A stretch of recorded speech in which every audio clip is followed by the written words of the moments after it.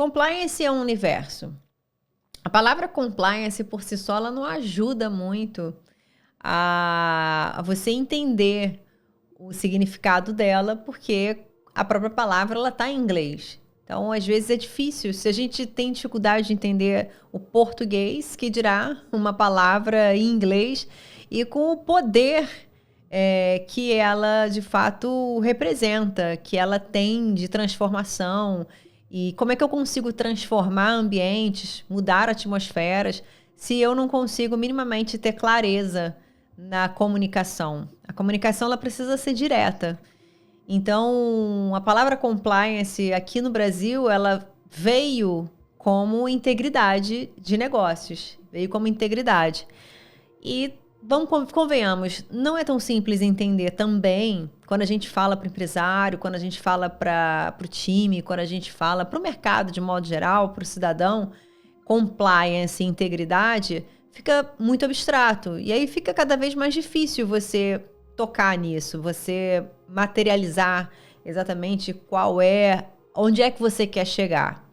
E, em outras palavras, integridade de negócios está muito ligado a fator humano. Quando a gente fala de conduta empresarial, esse é um tema que começa a se aproximar do que vem a ser a integridade de negócios. Ou seja, o mercado está atento à conduta da empresa.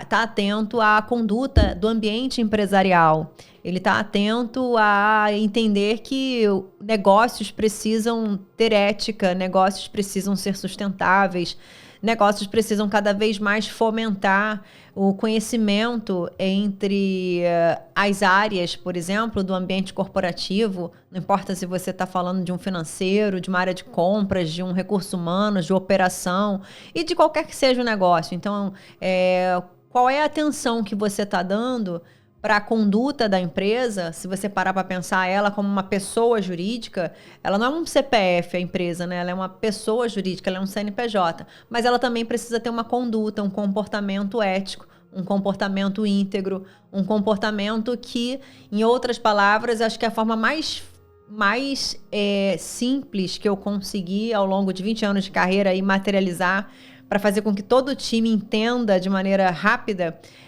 como é que eu estou gerenciando os riscos que são inerentes a fator humano dentro do meu negócio. Não existe um negócio que não seja feito por pessoas, não existe um negócio, uma empresa que não tenha pessoas. Existe até uma brincadeira de que quer resolver o problema? Tira as pessoas.